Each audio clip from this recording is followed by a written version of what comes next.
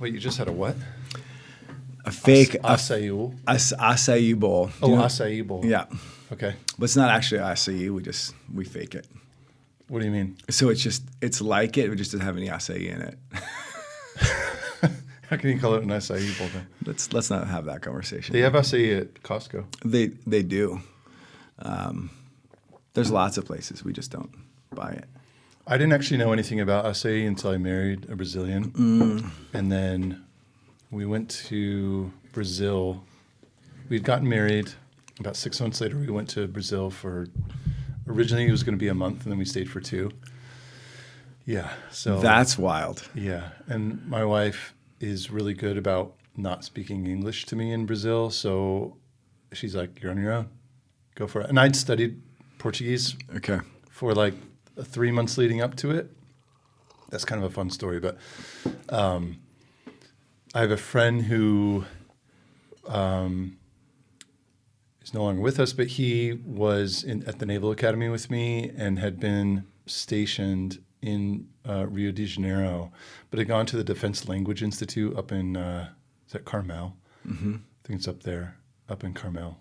And so he gave me all his materials. And so every day at lunch, I was working for my dad in commercial real estate at the time in downtown LA. But every lunch, instead of going out with the guys, which I should have done because I would have made me a better real estate person, is I would go to the Dorothy Chandler Music Hall and go down the steps. You know, you have the main auditorium, and then I would go down to where all the rehearsal rooms were, which were sort of soundproof. So I'm sitting there, and all around me is this cacophony of like cello and an opera singer and someone on their violin, all at a very high level. And there I am sitting there just eating my packed lunch and studying Portuguese. It's one of my favorite memories. Really? Yeah, because I was doing it for her. Yeah. You know, I was like, okay, I need to get this. I need to be able to speak to her family. We had just gotten married very, very quickly. And unfortunately, when I started seminary, I put Portuguese aside, and of course, it was all about Greek and Hebrew and all that other stuff. So, anyway, I love that. I feel like your story is far more interesting. I want to spend some time just talking about your story. No, it's but fun. I think as a good segue, so speaking of South America, you spent quite a bit of time down there, right? Mm-hmm. Yeah. And was that for a ministry or just family stuff? So that's a great question. So having been a missionary kid and growing up, a bit closer. Yeah, I'm actually going to move closer to you. I'm trying to. Maybe I just can't hear you well. That's all right. There we go. That's what I needed. So having been a missionary kid, I really wanted my kids to have an experience of being in different culture, learn a different language, eat different food, actually experience what it's like in a very small way to be a minority. And so when I resigned from a pastoral job I had been in, we began thinking about opportunities to go overseas. Originally looking at pastoral roles in different English-speaking communities really around the globe, and was the last of 2 candidates to go potentially to Kwajalein, which is in the Marshall Islands, which is a 3-mile-long island, 1 mile wide, no cars, solely golf carts. Like I would have been the chaplain on that. But in my interview, I was too evangelical for their liking. No. Yeah. And so... Like, what does that even mean? It meant did they tell you that? Pretty much. I mean, they were pretty transparent with me afterwards. The guy was a little more ecumenical. And I was ecumenical, but I also was very focused in on Jesus and the importance of him. And I think that was a little off-putting for some of the folks in the steering committee. So... They brought the other guy on. Interestingly enough, it was probably 6 months later. They came back to me and said, hey, he didn't work out, would you? But at that point, I'd already moved on because we ended up getting a role at an international Christian school in Quito, Ecuador. So kind of had to sort of detour a little bit from the original plans of being in a pastoral ministry. And this time we were still functionally missionaries, but practically we were high school teachers. Oh, interesting. Okay. Yeah. When you say we, how large was it just you and your wife at this point? No, so we actually had our 3 boys with us. So our oldest Elijah was starting fourth grade at that point. And then Logan, our second, was beginning elementary school in first grade. Okay. And then Micah was all of 2 years old by the time we got there. So Wow. So Micah's your youngest. he's our youngest boy. Oh, right. And then we had Solana while we were that's there. right. So Right, Solana and your wife Sarna. Sarna, correct. Yeah. So she and I were both teaching at the school that we went over to serve at. And so that became kind of our home for the next 5 years. For 5 years. Mm-hmm. Okay. Do you still wish that the Marshall Islands thing had worked out?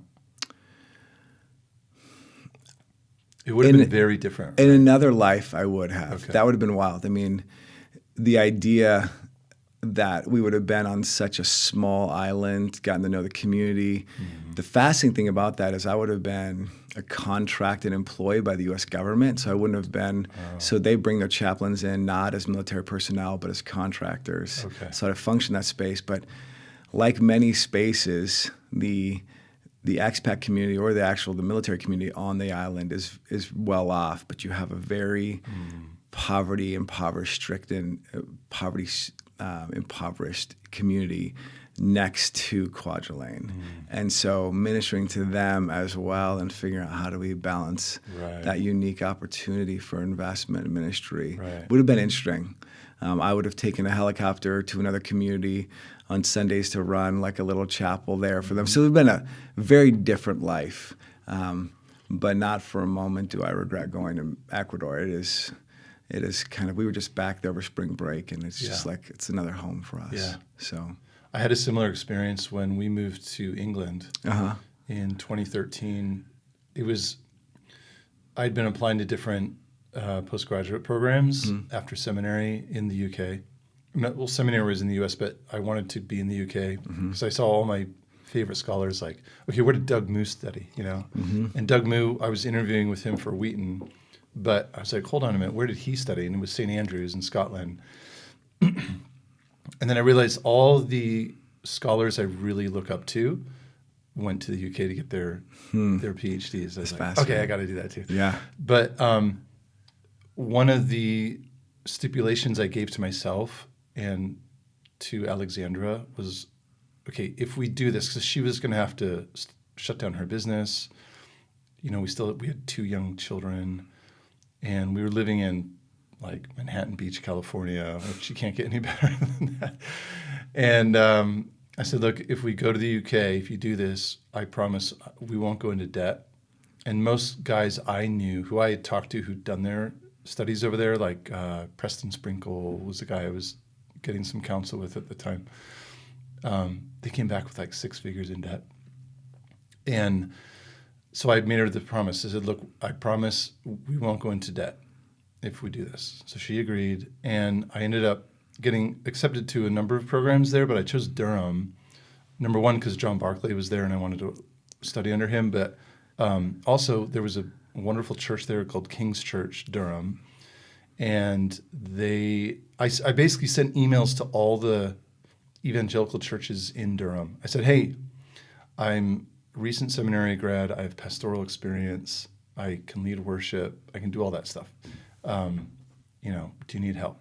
And only one church responded, and it was King's Church. And I said, yeah, we just lost a worship pastor. We'd love to have you. And very quickly, once we arrived, they made me the chaplain to kind of like a welfare community. So sort of like the situation in the Marshall Islands, you have in Durham, it's like a town and gown, they call it, okay? Oh, yeah, town and gown. So the gown, of course, is all these students who come there to study, and a lot of these kids are from the South, which is a lot more wealthy, like London, for example. So these kids, you see kids walking around with, especially the guys, with these little signet rings on, because it means they came from basically like aristocracy. And they're young, they're wealthy, and they like to party. Well, the town element is the people who have lived for generations in Durham, and Durham used to be this very well-off mining community. So you'd have these guys who would go down into the mines. Like, they would tell me how they would take these little trolleys under the ocean a mile out to go mine for coal. And when Margaret Thatcher shut the mines down, I don't know if you remember this, but there were huge riots in London, especially about this. All those guys lost their work. So you had these communities that were well established. They did really hard manual labor, but they made good money. And by the time we moved there, you now had at least like 2 generations of families who had been stripped of their livelihood, basically. So what that resulted in is this social situation where Durham still, I think, is like the methamphetamine kind of capital of England. It has one of, if not the largest prison.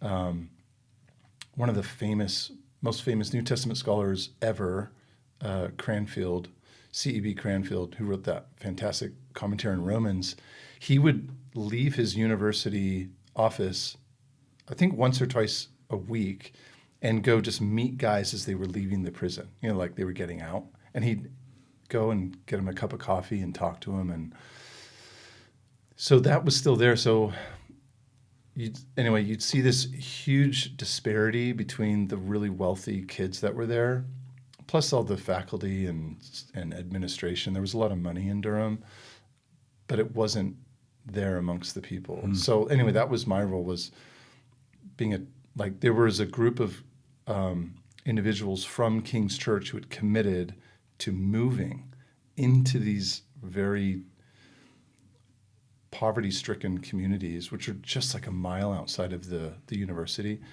And they're like, we're going to live here. We're going to reach out to the people. We're going to hold Bible studies. We're going to do all that. It was pretty awesome. Yeah, there's so much more to say about that. But when you looked at the situation in the Marshall Islands, what was the extent of the poverty? Because there was like poverty in Durham, where these guys, I say guys in particular, were able to kind of, maybe not the original miners, but their sons and their sons would get jobs as like plumber or electrician, or they'd find a way, right? But I can imagine, having spent time in South America in the Marshall Islands, they maybe didn't have recourse to that kind of stepping up. Well, you think about most places like the UK or South America, you have resources because you can actually move, right? Like you can actually, there's travel. When you're an island, oh right, you're stuck. You're locked. There's not much. Your farming's limited. Your natural resources are limited. So this is all speculative because I didn't actually get the chance to visit. I mean, visiting would have been a relatively major endeavor. So I was merely in the last phases of the application process. But we did get to see something very similar when we were in Ecuador. Okay. And the reality that we encountered there was this disparity, like you talked about, where really there was no such thing as a middle class. You had your upper class. Most of those were Ecuadorians who had some connections to the United States. The drug industry was pretty profitable there because Colombia is its northern neighbor. And so because Bogota and some of those areas were heavily monitored, they would bring them across the border and use Quito as their gateway to get drugs to the rest of the world, and primarily the United States. So you had a lot of money that way, beautiful malls. My wife and I would walk through the malls and be like, who can afford to buy anything from here? This is like not realistic. And one of the things that came up in the course of conversation was that was a lot of ways for laundering the money, for being able to sort of clean the money for a lot of the drug cartels. So anyway, there was that. And then you had a whole sector of the population, which was the majority of the population, that didn't have many resources at all. And what they also didn't have was a government that supported them. So there was no real welfare process or approach. And so what you end up having is all these people who have to make it work. And so we saw the entrepreneurial spirit of the Ecuadorians is phenomenal. I mean, they will find a way to make money because they had to. There was no other recourse.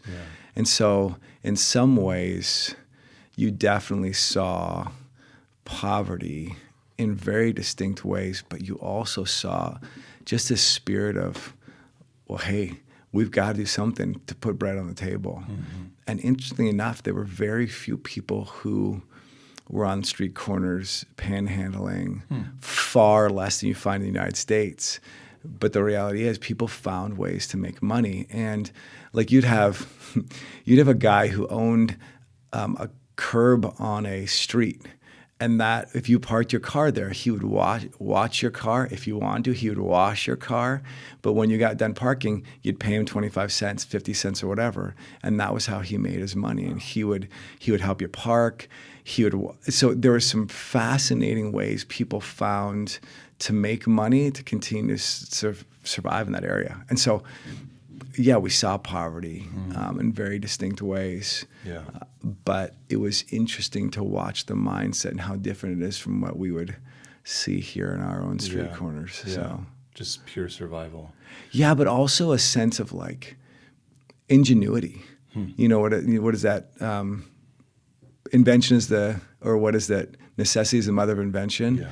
Like they knew that and they lived it and found ways to make it work for them and their families. Did you see that? How would you call it? Like a masculinity of survival. I'm talking specifically about the men. Mm-hmm. Did that manifest in certain ways within like the church context? Say more about that question. So you're Americans living in Ecuador. Mm-hmm. I guess I'm asking, where did you go to church, and were those people at church as well, or was it more wealthy people? Was there a mixture of the demographic within the church context? So we started out going to an Ecuadorian church because our hope was we really want to integrate as much as possible in the community, and it was great. It was fun, a lot more vibrant worship, just fun from the angle of being in that space. And you would literally have this huge auditorium, and you'd come and sit down in the seats, and you would enter one side of the seats, and then when the service is over, you'd exit out the other side as the new service started and people filled in from the right. So it was kind of this fascinating, and we would have stayed there, but our kids were part of the youth ministry and the children's ministry there at the time, and it was not even controlled chaos. It was just pure chaos. And so the kids would get in there, and my kids would just come back from Sunday school, eyes wide, and be like, what happened? They were like, I don't know how to explain it. And so part of our concern was them having a place where they could be invested in and poured into. So we ended up making the hard decision to go to the international English-speaking church there, which in some respects was really cool because we had a fair number of Ecuadorians who had come there and were attending in order to learn English. Mm-hmm. And so that was cool because you could make those connections in that space. Yeah. But it was kind of a haven for a lot of expats who were unwilling to sort of step out of their comfort zone. Right. And so that was hard from that angle. And I would say there are ways we really tried to invest in that community, but that was not our main avenue or arm of outreach and investment. Mm-hmm. So, but I think there were efforts to sort of make those or build those bridges to the Ecuadorian community, and I think we ended up drawing a lot of international folks who found some familiarity with the commonality in the English language. So hold on a sec. Let me make sure your mic's on. Yeah, you're good.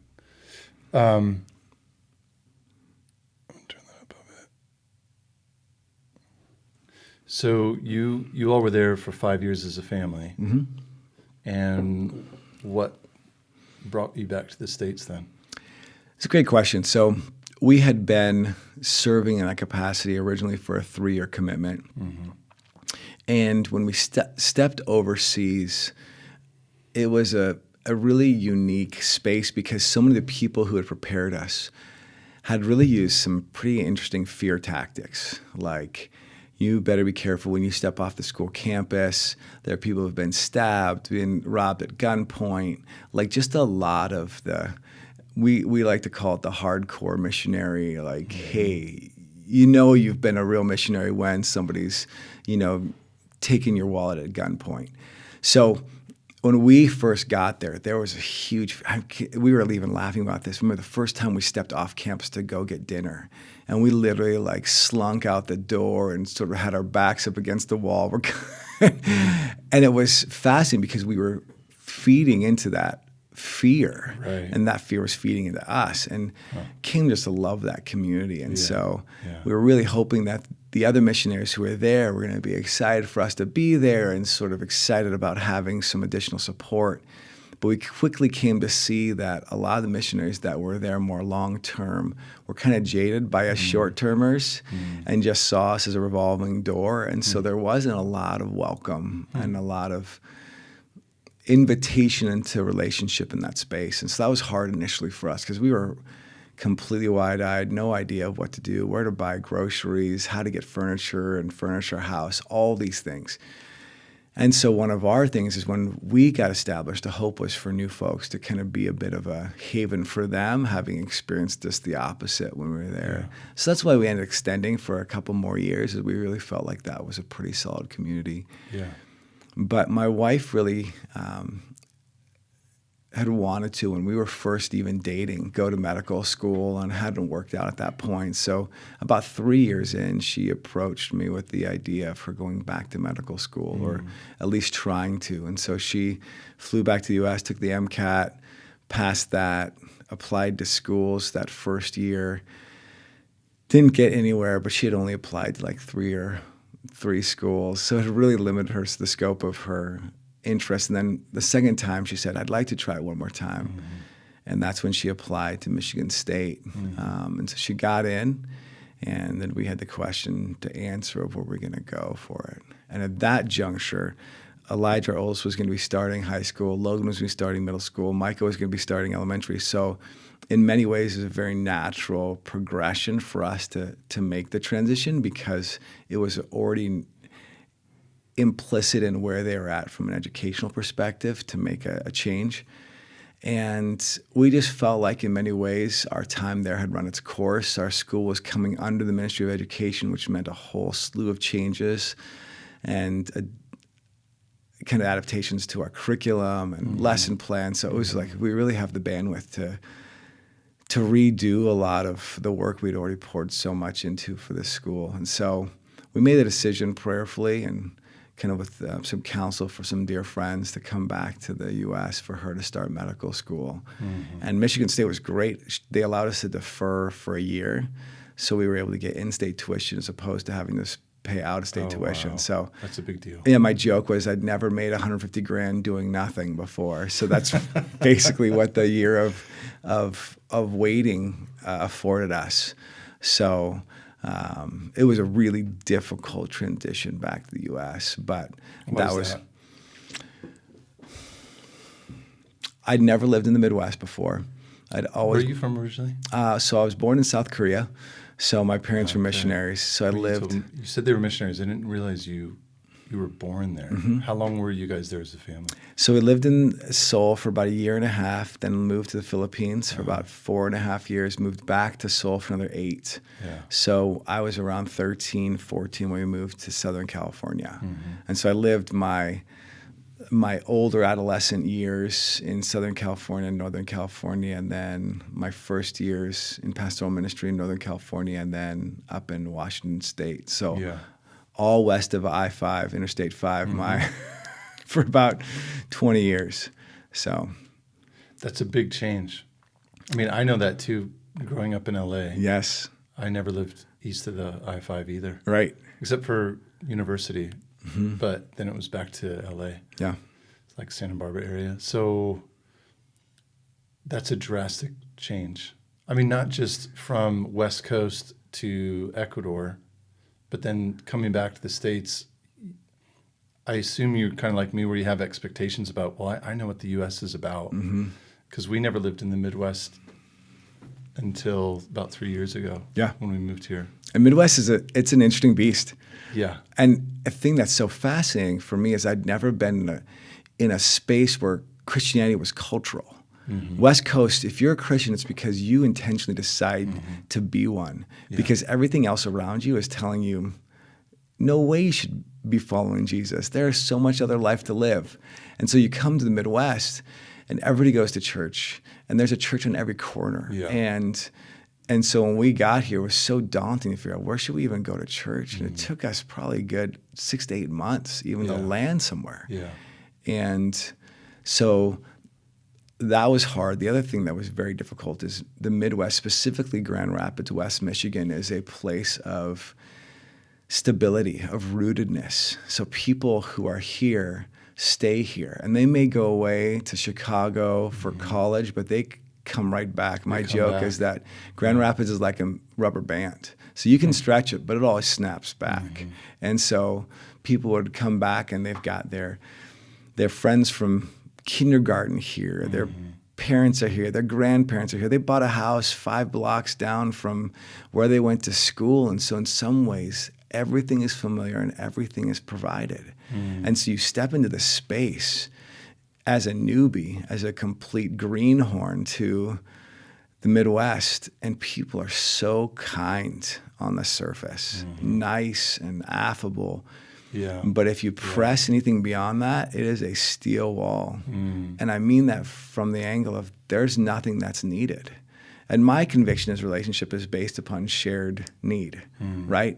If not, it's just called parasitism, right? You're a leech if you have a need and somebody else doesn't. And so in reality here, it was hard because nobody really needed anything. They didn't need relationships. They were kind because that's what they were nice because that's what you do here in the Midwest, but it wasn't because I genuinely want to get to know you. And so it was an incredibly lonely season of life for me, primarily because every other move I'd made had been for a work responsibility, either a pastoral context or missionary context, and that comes with almost a built-in community. So we moved here for Son to go to medical school. There was no built-in community.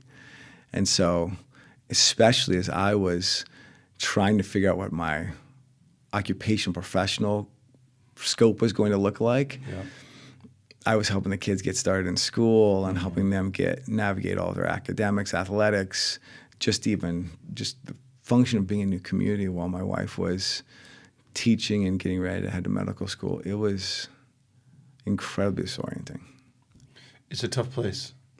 London, we lived in London for a few years before moving here, and London was the opposite. People are very steely initially, especially the native Brits, because they do have that family network in place. And we found that most of our friends in London ended up being other transient, from Russia, from Portugal, a lot of Polish. So they're also a bit, unless they've found kind of their community, we were able to connect a lot with kind of the non-Brits, some Brits as well. But yeah, we experienced that moving here too.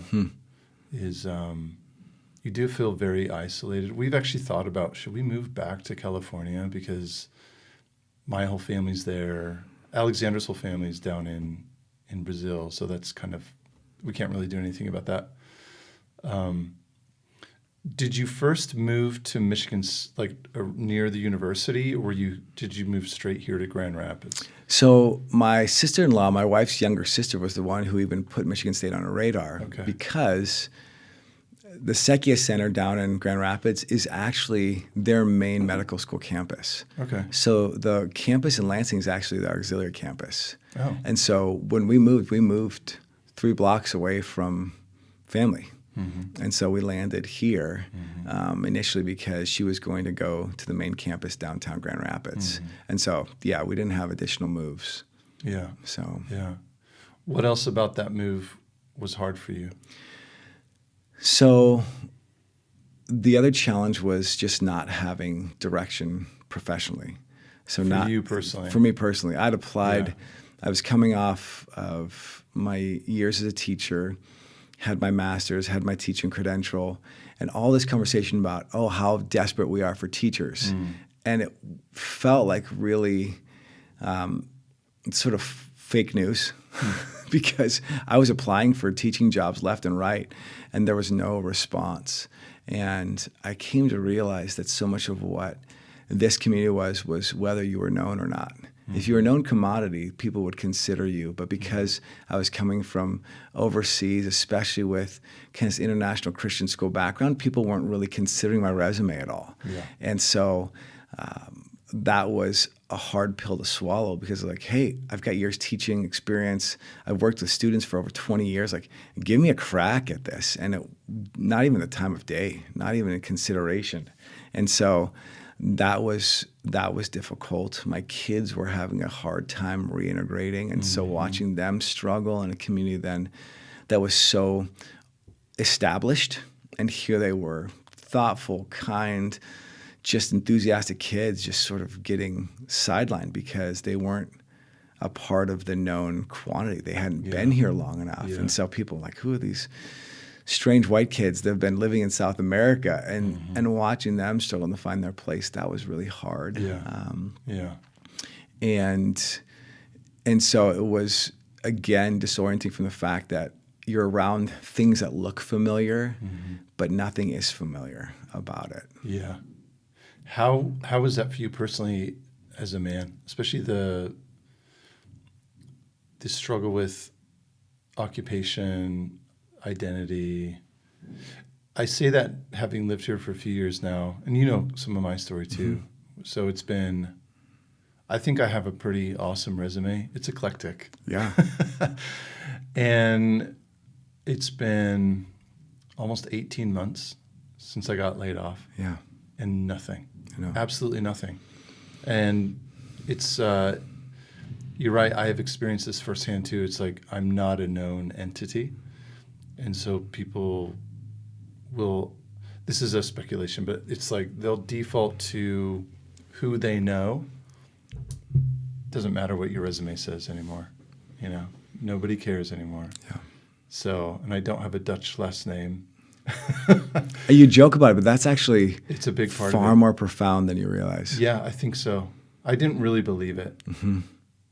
I, as a kind of like to the core optimist, I'm not as much of an optimist anymore because of the past year and a half. I'm like, I've gotten a bit, I would say truly embittered a bit. So I'm like, you know, these questions of like, what's my value? Like, what's my worth anymore? If I can't just get a job, if I can't get a job, like, who am I as a man? Yeah. All these questions. I mean, I'm sure you dealt with some of that too. Oh, in spades. Yeah. And I think coming off of a place like the West Coast too, where you are graded far more on your capabilities.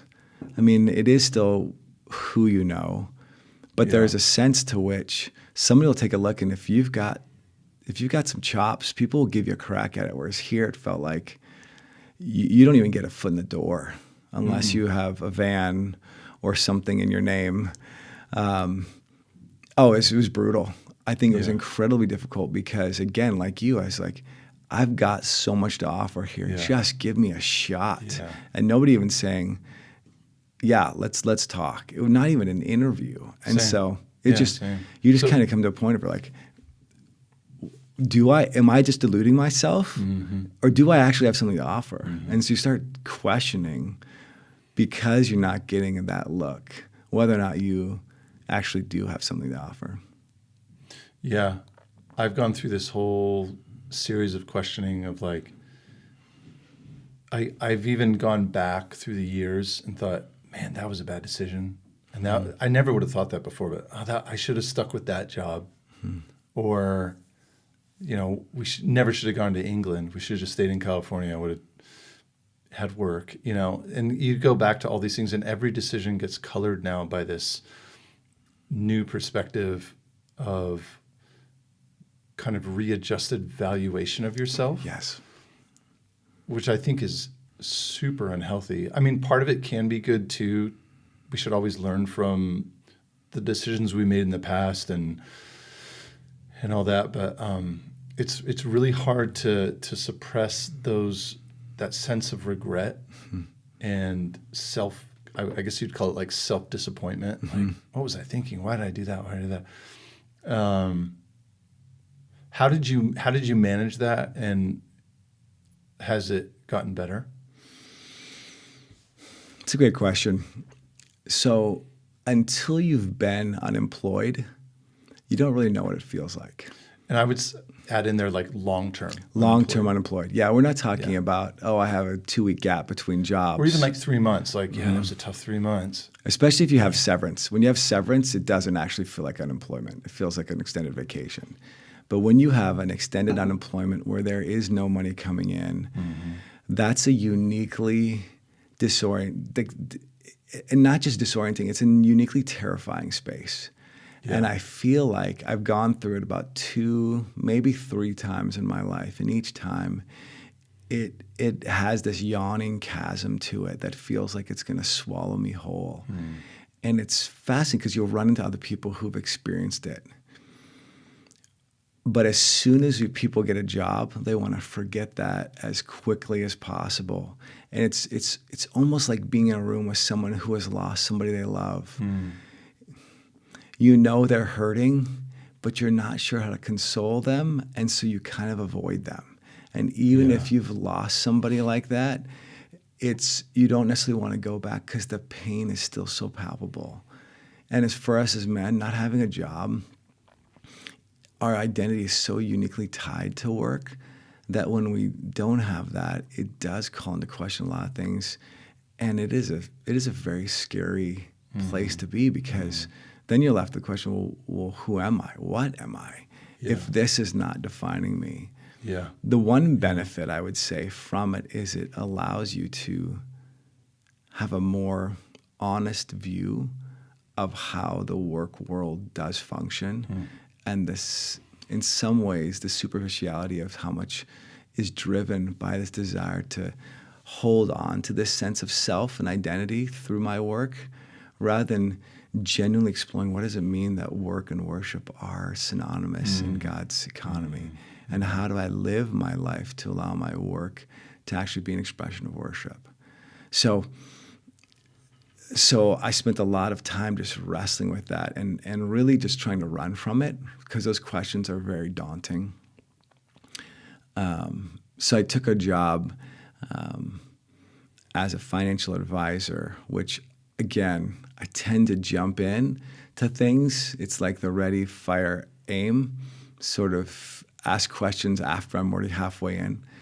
And the nature of the job was you basically explore your natural market, which is basically all your friends and family that you hit up for kind of financial services. So the problem was, having come from pastoral ministry and stepping into that role, it confused a lot of people that I was calling on. And instead of being like, hey, how you doing? It's, hey, I'm starting this new business and I'd love to see if you want to have a conversation. But in their minds, that was an incredible disconnect from pastoral ministry to now managing finances. And I realized in retrospect, it alienated a fair number of people that I had known. And it's that really, if there was something I would do, I would not have done that job. And I learned some valuable things from that whole experience. I had to cold call, and I think everybody in their life should have to either have a season of cold calling or door knocking, just to feel that extreme discomfort of rejection, of engaging somebody who has no desire to talk to you whatsoever, and how do you as a human being navigate that, and treat other people who are doing those roles with some sense of compassion and grace. But that was incredibly difficult, and I ended up resigning from that about 1.5 years. I lasted longer than anybody else in my cohort. Found out there was like a 6% success rate. And the thing, most of the people who do succeed already have a very built-in natural market in their specific geographical community, and I had 0. So the last 1.5 years actually was pretty good, but it took its toll on me in a way that was different than my season of unemployment, but still profoundly impactful, and I would say decimating. Yeah. I've been in situations like that before too, in kind of that search for, well, just trying to land something. It goes back to what you were talking about, these people in Ecuador who you just have to survive when you go into survival mode. I've learned that I can take rejection from anyone, and it's okay. except for those close to me. And I've had various moments where I was going to my immediate network, and it's the worst feeling in the world, because they're like, hold on a minute, you've been on from their perspective, they're like, you've been on this path of seminary and like ministry and academia for 10, 13 years. And now you're trying to sell me what? And it just feels so gross. Yeah, it feels so gross. You just feel dirty when it's the people who know you. Mm-hmm. If it's people who have no idea who you are, okay, whatever. Yeah. Don't take my call or say you don't need whatever service I'm offering. So I understand that. Plus, but not only that, you were removed from, geographically at the very least, your true network. Yeah, it's gross. Gross is a good word. Yeah. Just the feeling you have.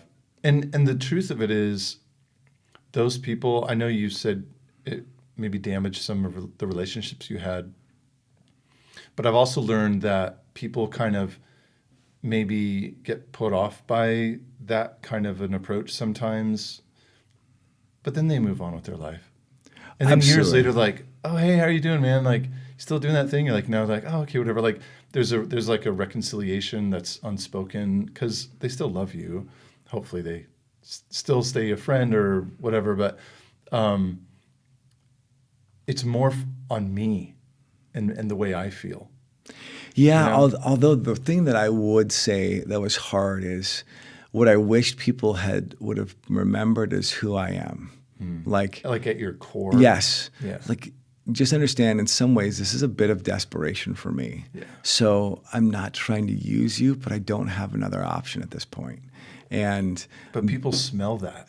They do. But the people who know and love you, you kind of want them to be like, hey, help me understand this more. Like, I know you. This is either doesn't seem like you or whatever, but instead of just simply disengaging and being like, no, and then that relationship falling off. So in some ways it does, I think, identify for you pretty clearly who are those close people and who know you and who are willing to ask a deeper question, even if they have no interest in the services, but saying, hey, I care about you, versus people who automatically react and respond to, oh, you're just trying to use me for this. It's like, no, I'm really not. Like, I actually, this pains me as much as it pains you, right? Yeah. So what I'd love to do is just get past this and hear how you're doing. So, so that was hard. The part where I feel like I was misunderstood pretty dramatically in those moments, where it wasn't an effort to try and use them, but it was saying, this is the path. I don't know how else to do this.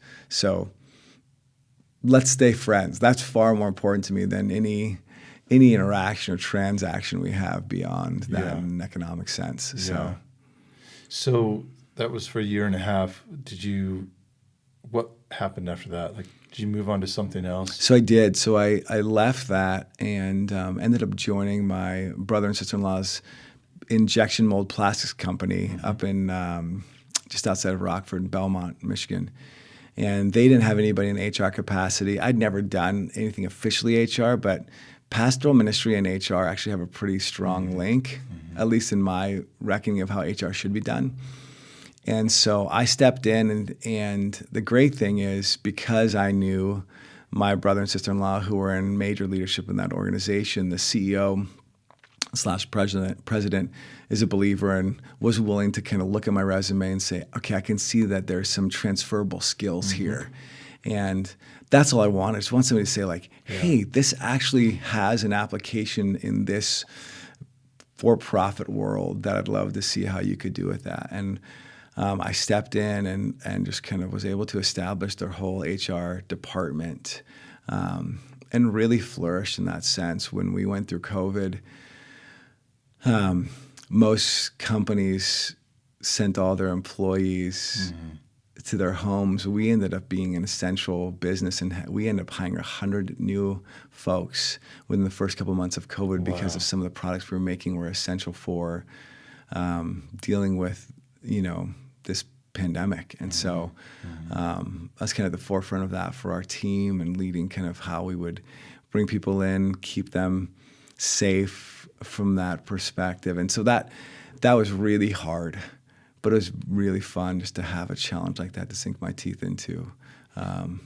What happened to you internally in terms of your psyche, your sense of self-worth, even spiritually, moving from the financial services situation to having like a stable job where you were valued, you had some, sounds like, level of responsibility and oversight, you were caring for people again instead of asking them for things. Yeah.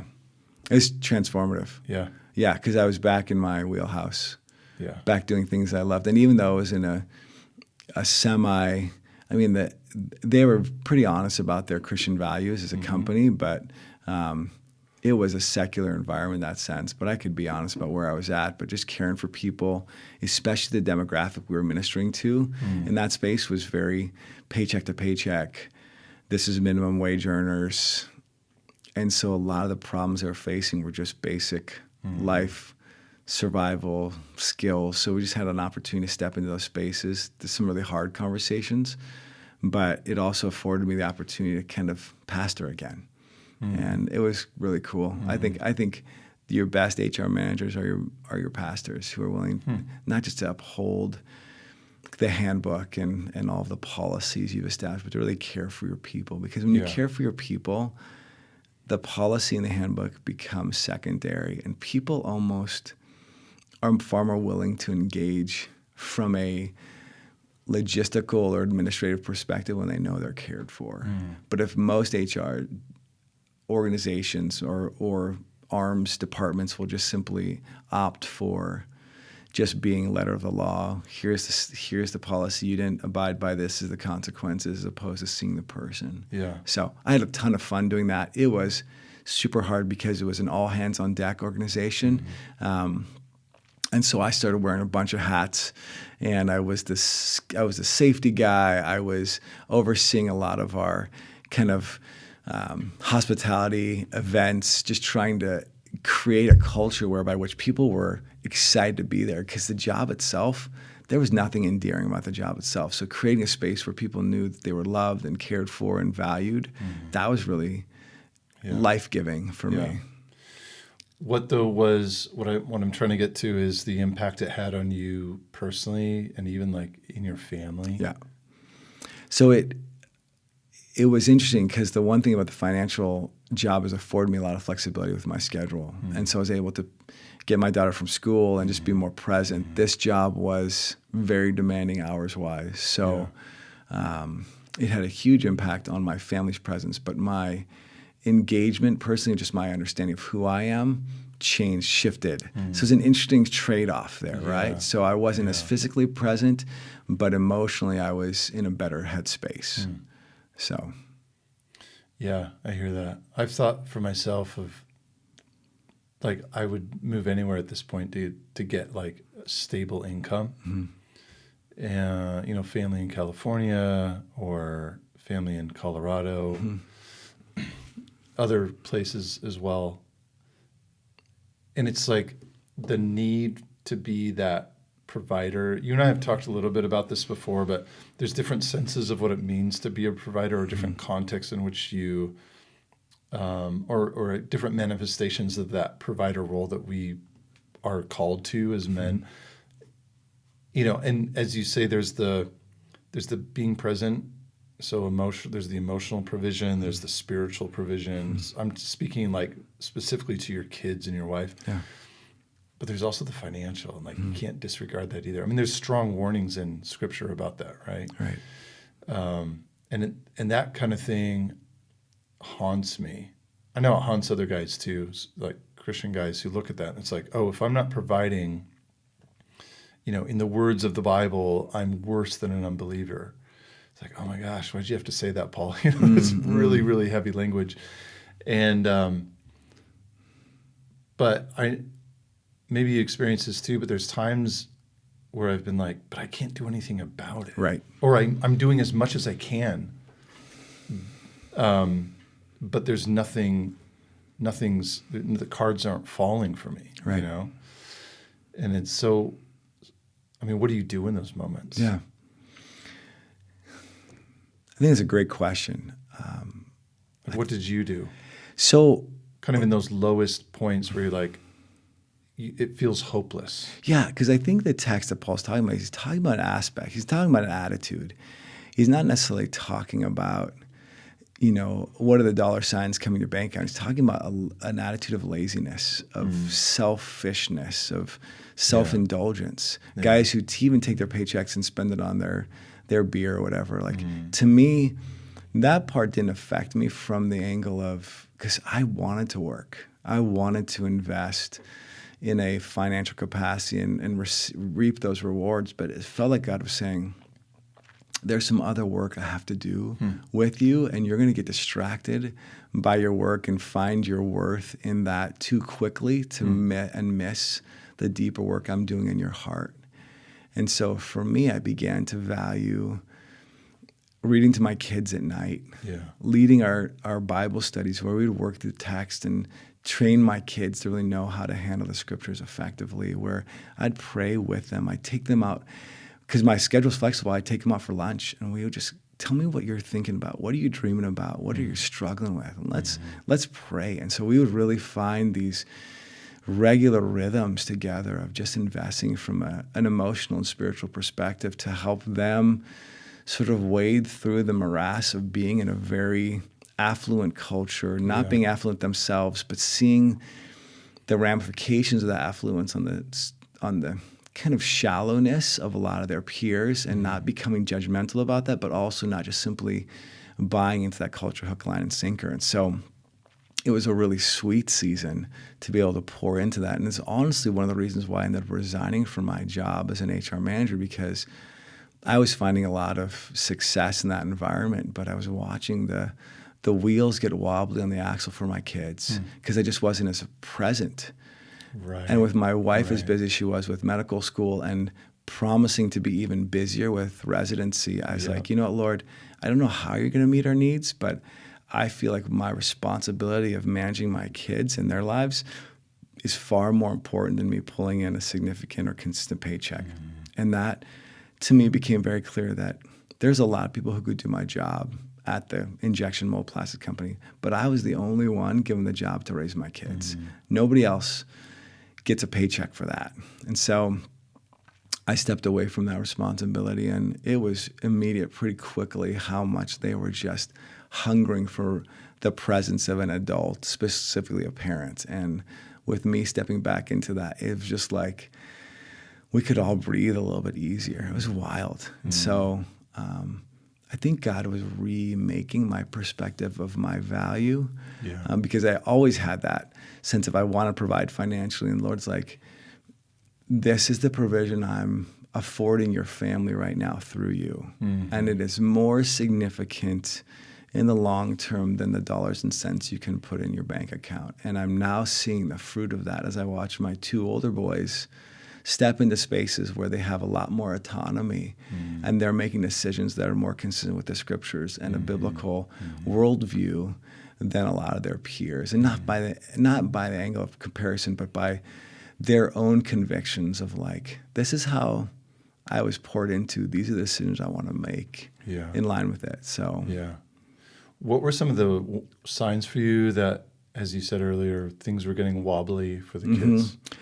So a lot of it was just some mental health stuff. Like they were just struggling with like friend disconnects and just feeling lonely. And just you watch when they get home and how their demeanor is when they walk the door, or when you sit at the dinner table. You just sense you know how you can feel a cloud of a certain thing over your family? You don't know if you can articulate it, but you just feel it. There's a sense to which oppression is maybe too strong of a word, but maybe a sense of melancholy that's bordering on depression. And I just sensed that in my spirit. As I'd spend time with the Lord, I felt like there was something that was, I don't know, hitting me of like, Brent, these kids need a little bit more of your attention and time. So I don't know if I could have articulated better than just seeing some of their responses to things that felt inconsistent with who I knew them to be. Mm-hmm. So some that would be normally a pretty minor deal got blown out of proportion because I think nothing felt secure or consistent for them. The kids, when they know that stuff is consistent, they have a capacity to handle a lot. Yeah. But when things feel unstable for them, even the slightest disturbance will cause a far greater response than normal. So I was noticing just an out of character and out of bounds response to things that normally wouldn't have had that reaction. Yeah. That must have been a really difficult decision for you, though. I mean, it's the way you present it makes it sound like I'm not like calling you out or anything. I'm assuming it was a lot harder than you've articulated because you and I live in the same community in West Michigan. It's very affluent here. Right. And I have fallen into the trap many times of comparisons to where, especially I would say like other guys, right? And there are guys here making so much money. And, you're like, man, I look at that sometimes and I think, man, I'm such a loser. Like I'm not like that guy, And it's not so much about the things they have at all. And I think that's a good thing that the Lord has done in my life over this last year and a half is like pared all this stuff away and brought it to this point of who am I at my core? But again, it's not like I've settled into this place of kind of this beautiful stasis of comfortability in who I am. It's actually kind of the opposite. It's like at my core, I am not, and again, this is the comparison, I am not a provider in the dollars and cents fashion that, those guys are. I mean, I'll give you an example. Like I just found out on Wednesday nights, you should come by the way, is they do at Wealthy Elementary. Wealthy Elementary just gives you a sign of what this place is like. Right. For those listening, if you don't know, East Grand Rapids has a school called Wealthy Elementary. And every Wednesday evening, a bunch of the dads get together and play pickleball together. So it's awesome. So cool. It's so fun. I went this last week. One of the guys invited me, and it was super fun. But I have to be honest, when I wasn't playing, because when you're playing, of course, it's all about the game and you get all hyper focused. When you're waiting for a game, or when I'm looking around and I don't know any of these guys' situations. Right. But in my head, it's like, those guys probably have a good job. You're writing their stories. Yeah, I'm writing their stories for them. And the reality is, at least one of the guys I know just went through a horrific divorce. Right. And it's really impacted the kids. So still, though, you set up this narrative in your head of what life is like for everyone else, right? Who's normal, and then me. And gosh, I've learned, I understand better now this epidemic that's going on with mostly men in particular from the military. The suicide rate is astronomical. It's unbelievable. More military guys have died from suicide than in combat over this whole last couple, decade or two.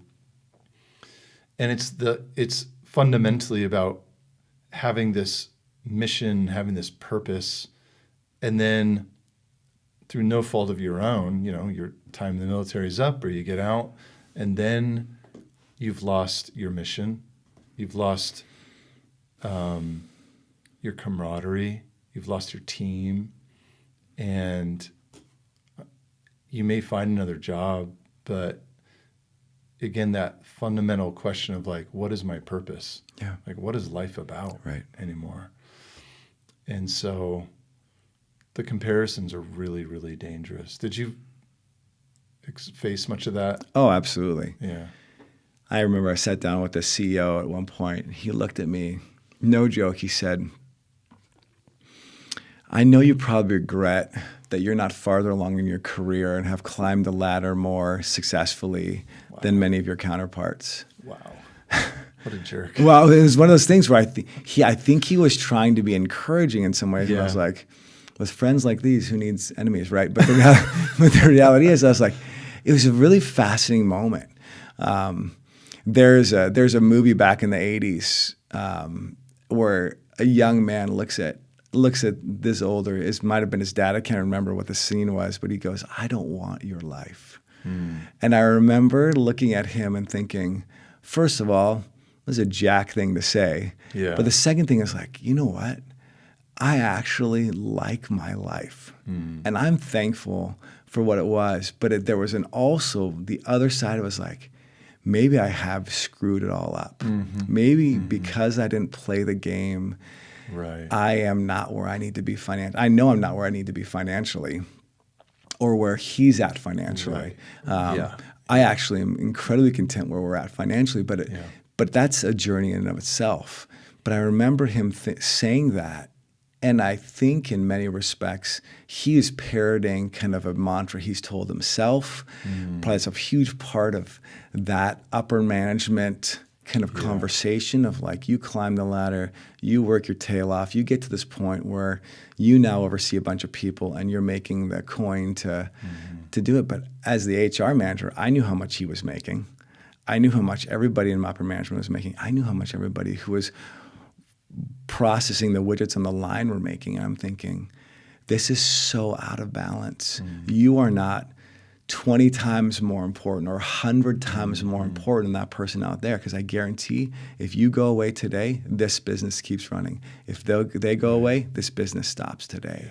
And so it's fascinating to hear him say that, and really kind of that mantra repeated by most people in the upper management team that I was a part of, that executive team, and then also have very significant relationships and interaction with people on the floor who made nothing in comparison to them, but were essential to this business functioning.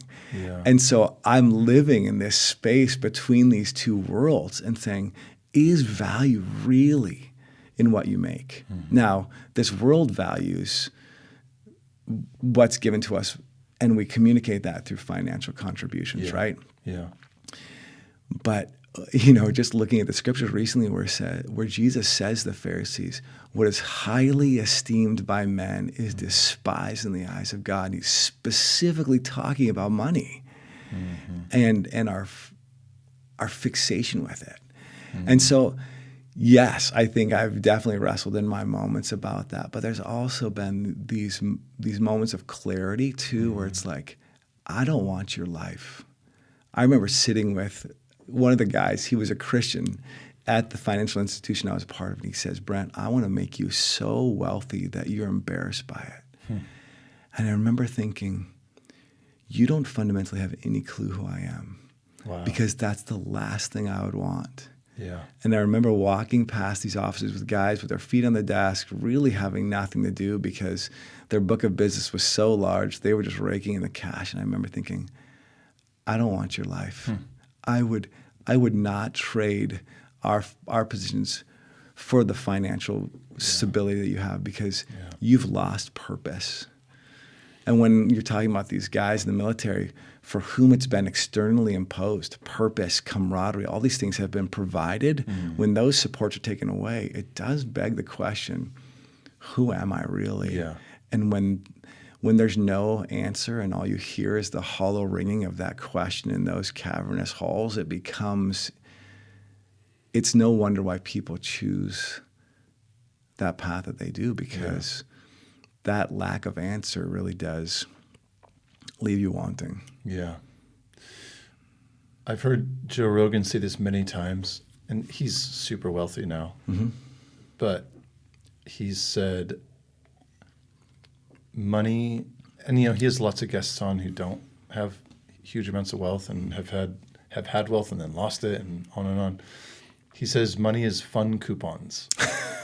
It's so true. Like he's talking about exorbitant wealth, of course. Like once you get past Jordan Peterson talks about this too. Like you really just need enough to pay the bills and have shelter, and everything beyond that is luxury. Mm-hmm. And that is true in many regards. And money beyond the survival point becomes fun coupons, right? I guess the question is how much fun do you want to have? Right. But even therein is the question of, well, what's the purpose of all that? Mm-hmm. One thing that honestly kind of kills me about being in that place of low or no income is when they pass the baskets at church. Mm-hmm. Yeah. Not every church does that, mm-hmm. but you know what I mean? Like, mm-hmm. Or even if you're at a church where they don't pass the basket, there's the sermon at least once a year of like, hey, we have a biblical mandate to be generous, and specifically to the church, to believers. And that's hard a lot of times for me, thinking, yeah, I wish I could drop a $2,000 check in that basket right now and just not even think about it. That would be great. So it's this balance in my head I'm trying to reconcile of how much money do we need? What if I had lots of money, what would I use it for?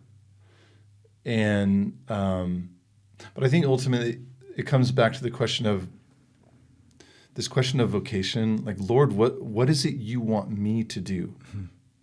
Because that comparison I was just talking about informs my envisioning of a future that is not really probably aligned with that divine vocation. Like God is calling me to something. It may lead to a lot of wealth. It may not. Right. But there's so many external pressures. It's like being in this room full of all these voices talking to you at the same time. And you're just trying to discern, like, which one is the Lord's? Like, what is he saying? I just can't hear it. I just can't hear it. Yeah. If anything, this past year and a half and I say this truthfully, has led me deeper in my walk with the Lord than I've ever been in my life. And I thought there were periods in the past where, man, I was really tight with God. And he was like, no, you can get closer. Yeah.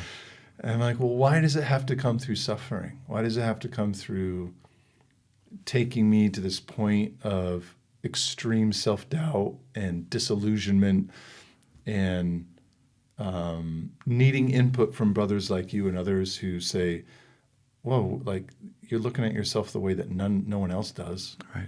You have value. You are worthwhile. Like you are providing in certain ways. But that room of voices it's not, I don't enjoy being in that place. But think too, Tavis, about kind of where you're at. Like we started kind of talking about this idea of necessity as the mother of invention. Mm-hmm. I can guarantee that if you had a full-time job, you wouldn't be doing this right now. It would be a lot harder. A lot harder. There's a lot less flexibility. I can guarantee you wouldn't be picking up Esther from ballet and cheering on Ace at his track meets. I mean, yeah. I drove to 3 schools this morning. Ace's bike was broken. Hannah's bike was at school. And Esther, I just take her in the morning anyway. And the thing is, you can't ever get that back. I know. Like, once it's gone, it's gone. Yeah. You can always work. And you and I are those guys who are like, retirement is not, it's not a biblical concept. We're going to continue to work until the Lord takes home. So in some ways, you've got a lot of tread on those tires, but there is a unique season where those kids, and Alexandra needs you in a way that is not defined by a paycheck or a dollar sign. Mm-hmm. And it is the hardest thing because everything in our society tends to the exact opposite truth. Yeah. But as a man, you are building to them something that nobody else can. Mm-hmm. And I remember praying for my boys, like, God, would you bring men into their lives, mentors who could step alongside them, disciple them. And for my 2 older boys, nobody ever showed up. And it broke my heart. I spent my whole life investing in other people's kids and nobody stepping into mine. Like, Lord, this feels like I feel like you gypped me. Was this when you were in Ecuador or back in the States? Back here in the States, both in Ecuador and the States, just constantly praying. And I realized we have created a culture such that men are so busy that they're not available to pour into their own kids, much less anybody else's. Yeah. And so God has graciously shown me how he is answering that prayer, but not in a traditional sense. Mm-hmm. But I do come to realize, like, the things that we were able to provide our family are unique to us and unique to this season. And a season you'll look back on and say, I don't know if I could have seen it in the moment, but man, God gave me the gift to be able to be present for my family in a way that many men don't get the chance to. Yeah. And the comparison is going to shift pretty dramatically in about 15 to 20 years when guys are going to look back and say, I shouldn't have spent so much time at the office. Yeah, like I lost everything for nothing. I was talking to a friend yesterday, and the song that came on was Cats in the Cradle. Oh, no. And I remember thinking back, like, it just flooded this whole sense of I remember thinking before I had kids, what kind of dad am I going to be? Mm-hmm. And this song, my kids sang that song, I would have failed at life. And I remember thinking, like, Cat Stevens, I don't think it's not Cat Stevens, I can't remember who sings it, but the reality of, like, it's such a profound moment because our kids model their lives not necessarily after what we've said, but after what they've watched. And to me, that's the success, right? Is when they begin to live with the values that are kingdom focused, not based upon what the rest of the world is saying. And you are creating that space for them in a very affluent arena where it would be easy just to buy hook, line, and sinker what the world is selling. Yeah. I think that's so, that's so helpful. Because it just came into my mind of thinking, I could be the guy. I mean, I started out in commercial real estate with my dad after undergrad. And those were long hours. It was like 60 to 80 hours a week. And that was even because I started working for my dad the day Lehman Brothers went bankrupt in 2008. So that was a really trying time because we had nothing to do because nothing was happening. Right. Especially because we were in like capital markets. So like big, like 9-figure real estate deals, you know? And, but it just came to mind as thought, like Brent is so right. I could be sitting in an office right now in another meeting, wishing that I could come home before 8 and see my kids, you know, especially Esther before she goes to sleep. Like my suffering could be of a different nature. It's a hard question. Like which one's better? Right. Which one's more tolerable? I don't know. But those are the extremes, right? No income or crazy income. You're going to have trade-offs. I guess I'm just trying to find something in the middle, you know? Something that allows time with the kids, right, and enough money to alleviate the burden of financial provision off my wife. I mean, I know I'm not the only guy that struggles with that, which is I'm glad we're talking about it. I just don't know the path. And I don't know if there is a distinct path through it. I mean, I feel it's more like you get your machete out and you're bushwhacking a little bit, because I think the path that the world has carved for us is not the one I think we need to walk. Because I can tell you, I know you well enough to know that as much as part of you wants to be sitting in that real estate meeting, wishing not really.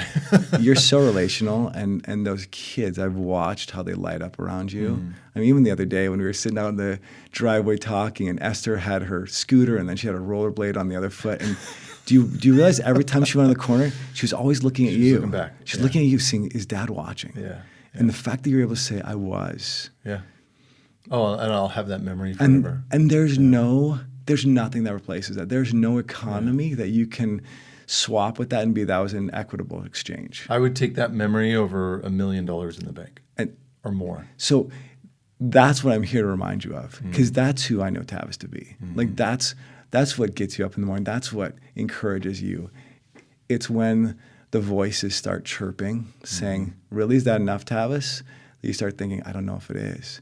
But when you see that smile light up when she comes down with a scooter and one foot and the rollerblade, you don't hear the voices anymore, because you know it's enough. Yeah. And I think it's important to have those reminders, because the rest of the world has bought the lie that sitting in that meeting is far more important while their kids eat dinner, if they even have dinner alone. They're not with you. Yeah. My wife told me this fascinating statistics. Harvard did a study on what determines kids' success in school. Like, how can you as a parent, because that's every parent's, like, how can I make my kids successful in school, right? Yeah. What's the one determining factor? You know what it was? I mean, I could guess it was just knowing your parents are there when you come back home. Something like that. So you're close. Okay. It was having a shared family meal. Oh, really? That was the one. Huh. They did the study, this expansive study on kids' success in school. I mean, they feel completely disconnected, right? Not correlated at all, but they found that the families who had a meal together, that was what ensured their kids' success in school. Isn't that wild? Yeah. Not the amount of tutors they had, or the SAT prep programs, or the extracurricular activities they were involved in. It was that family unit having time to connect and a sense of stability that really gave them the space to be able to learn.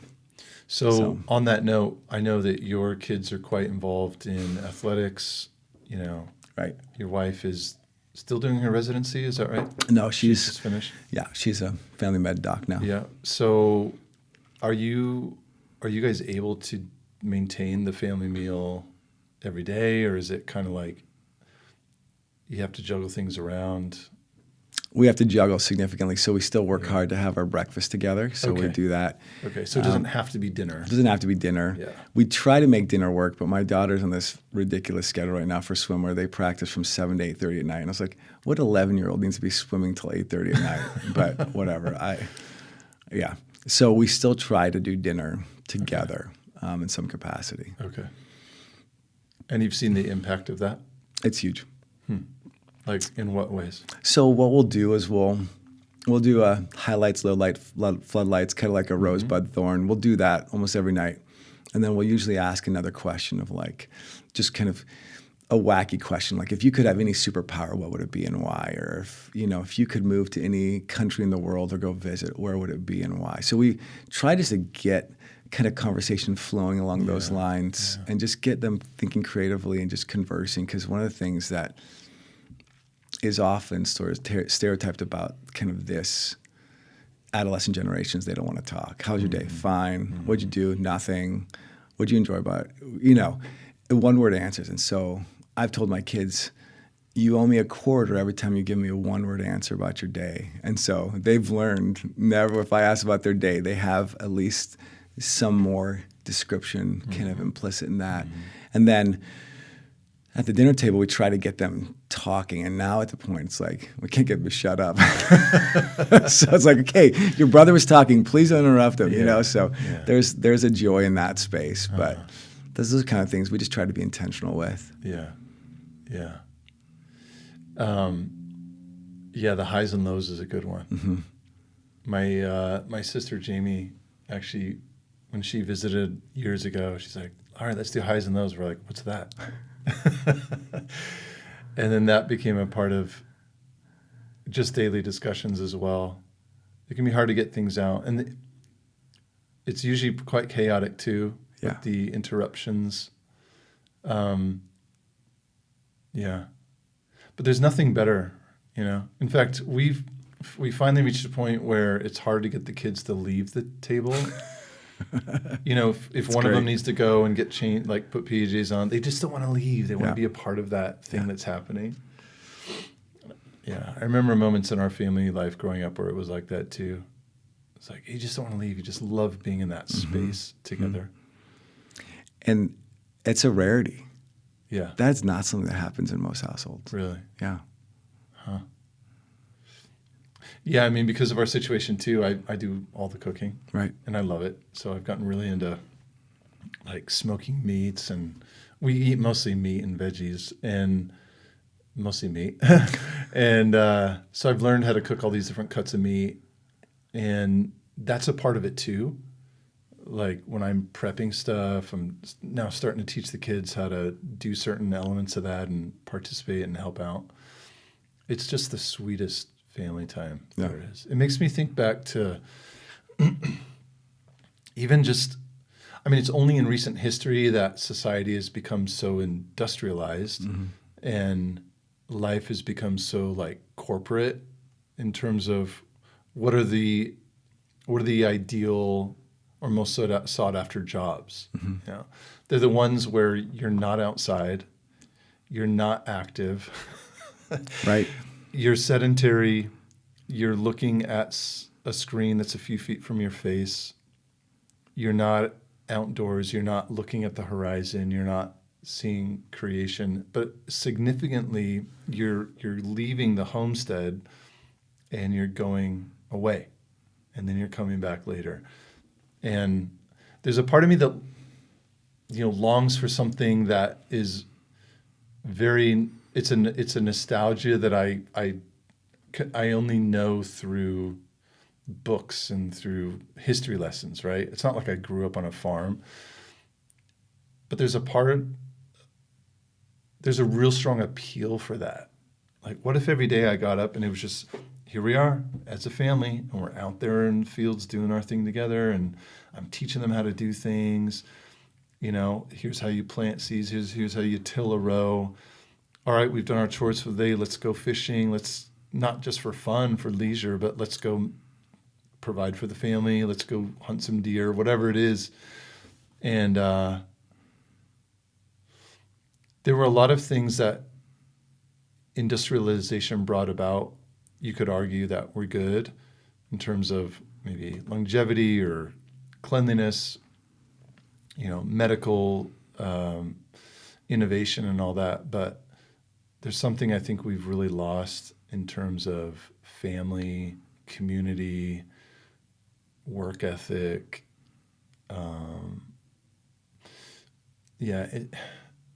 I don't know if it's longing for something that actually is more idealized than real. But even in the situation that I'm in now, where I see my kids a lot, both in the morning and in the evening, I wish I could see them more. Like, man, they're at school all day. That kind of sucks. And then, of course, they're with you and you're having to break up fights. Right. You're a better man than me. I'm kind of excited for them to head off to school. No, I'm glad they're gone too. But at the same time, you miss them. Yes. You know, like when I drop off Esther now, she goes running towards because I'm trying to, you know, build her into a young woman. Right. So it's like, I don't need to walk you all the way to the line and hold your hand until you walk in the building. You know, we did that for a few years. I'm going to drop you off here and you're going to go in. But she doesn't walk in. She like runs the whole time. And it's again, like the rollerblade and the scooter combo that I saw the other day. I'll never forget, for as long as I live, just the sight of her running with full enthusiasm to get, you know, to the door. Yeah, but I still miss them during the day. Yeah. So what is it you're doing now? I know that you're involved in ministry at Crossroads, which is a great church here in Grand Rapids. Is that your main thing, or is that one of a number of things that you are involved in? Yes, you're catching me at a really unique juncture. So I have worn about 3 hats over the course of the last 4 years. So when I resigned from the work at the injection mold plastics company, it's not like I just dropped work. I had some things in play. We had purchased some rentals. When we sold our house in Washington State, we did a 1031. And so to not realize the taxes. Yeah. So we invested at that time in some rentals. So I managed those, and we bought them in pretty bad shape. And so we've been slowly remodeling, and now they're all renovated, and we have solid tenants. So I just like flipped a unit recently. So I was out there painting it and putting in new light fixtures and just installing all sorts of stuff just to kind of get it ready. So that's fun because I get the chance to sort of be outside, travel, be kind of in, and most of them are low-income rentals. So we're just kind of interacting with folks who we really want this to be a home for them. And so it's not just simply we really see this as a ministry. It does have a financial benefit to us as well, but we really kind of keep our rents low enough for people to afford them, but also we try to make them nice places so that people feel like, hey, I can actually get a nice place to live. So enjoying that is one of the hats I wear. I also teach at Grand Valley. I'm an adjunct professor, so again, lowest in the totem pole, but I teach one class a semester and just have a blast with the students because I love teaching. It's part of my kind of DNA. And so I work with them, and we have a really unique space. It's very dialogical, so we have a lot of conversations about just very relevant topics. One of the arms of the class is kind of looking at pop culture, its influence on education and students, and so we have some really fascinating conversations about kind of the implications of constant exposure to screens and technology along those lines, and a real-time kind of exposure to what's going on in a global setting and how that influences people and the way they think. And so love that. And then my third role has been just helping out at Crossroads. I was kind of a utility player. I was working the men's ministry, and then they asked me to kind of cover a season when they didn't have a youth pastor, so I was their interim youth pastor for about a year. And then I'm now helping on a more global kind of focus on discipleship there at Crossroads, and I recently actually just accepted a full-time role there. So, which was, so they've asked me to oversee house churches and kind of pressing discipleship into those spaces. So that's a new, I've been very apprehensive actually to think about another full-time role because I wear so many hats and I really love the flexibility it affords me. But along the lines of kind of the provision piece, it's like, okay, there's a little more stability there, but it was more from the angle of like, this is something that's been building over the course of the last couple of years in that community, and so it felt like the next natural step in just being engaged in that space.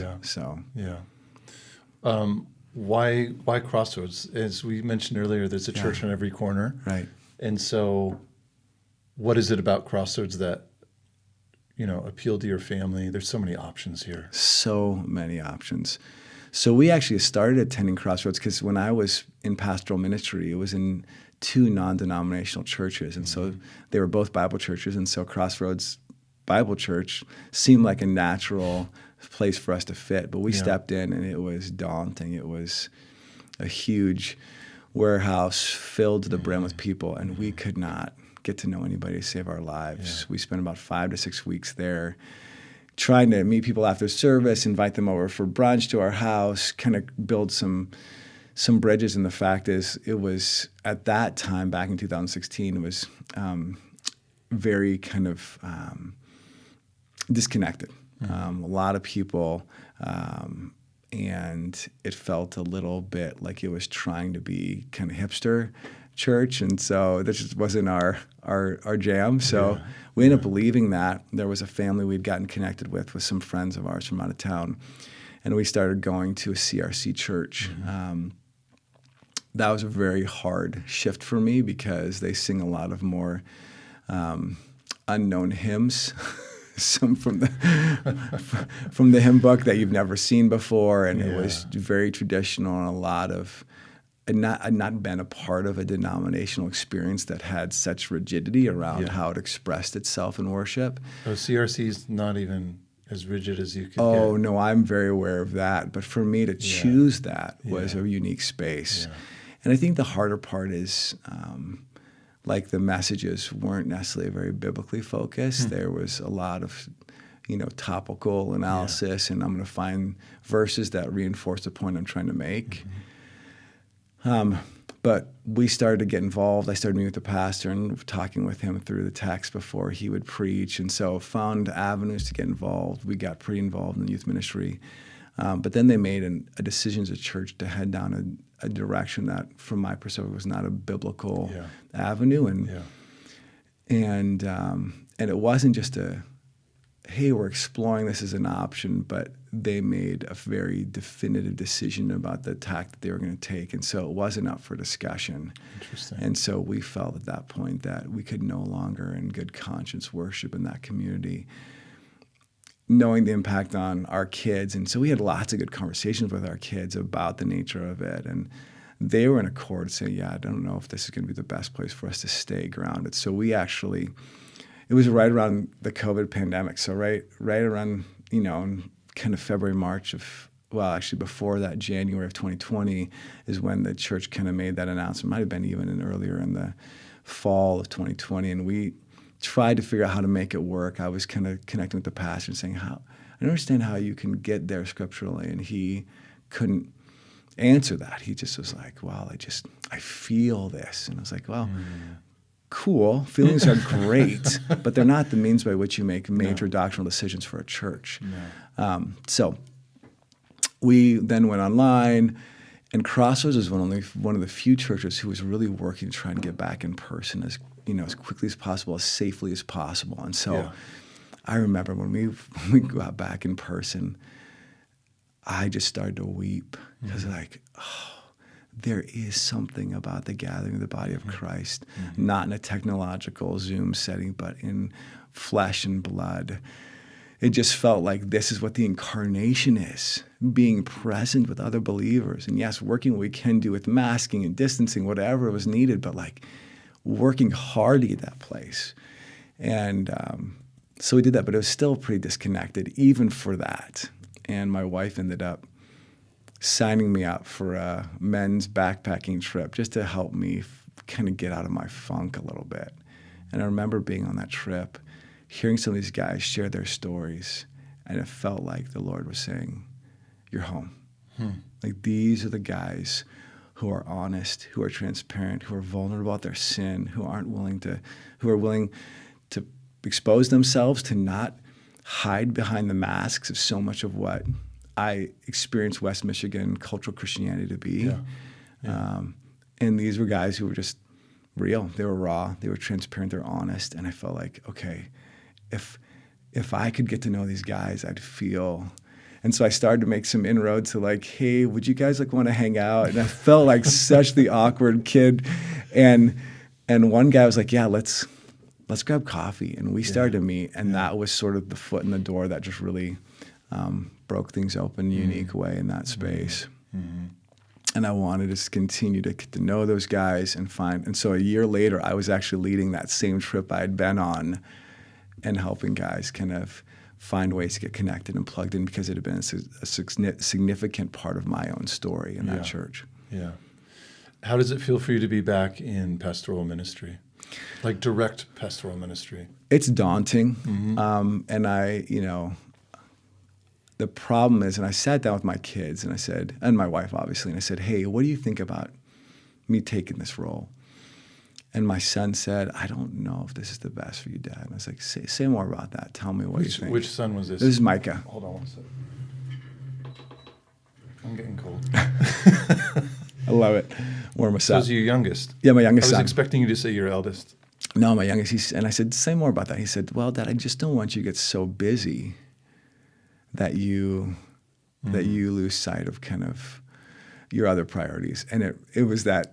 So to your earlier question of how impactful it was for me to come home, I think he was the one who benefited, because we had the worst relationship before that point. And when over the course of the last 4 years, since I've been home more frequently and made some far more intentional moves toward him, our relationship has just blossomed. And so I think he was a little bit like, Dad, I don't want to go back to where it was.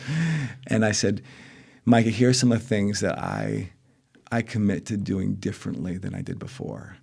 Does that feel like you're more amenable to me stepping into this space? And he said, yeah, I think that makes a lot more sense. It's funny. I think most people think I'm insane talking to my 15-year-old about whether or not I should take a job, but I really have the conviction that whatever I do, it is not just me, it is our family who's impacted by that. So I want them to have buy-in across the board. Yeah. So so I'm apprehensive because I know my tendencies, which is just to run at it and to load myself up with as many responsibilities to the point where I'm almost paralyzed. Mm-hmm. And so I'm trying to take some breaths.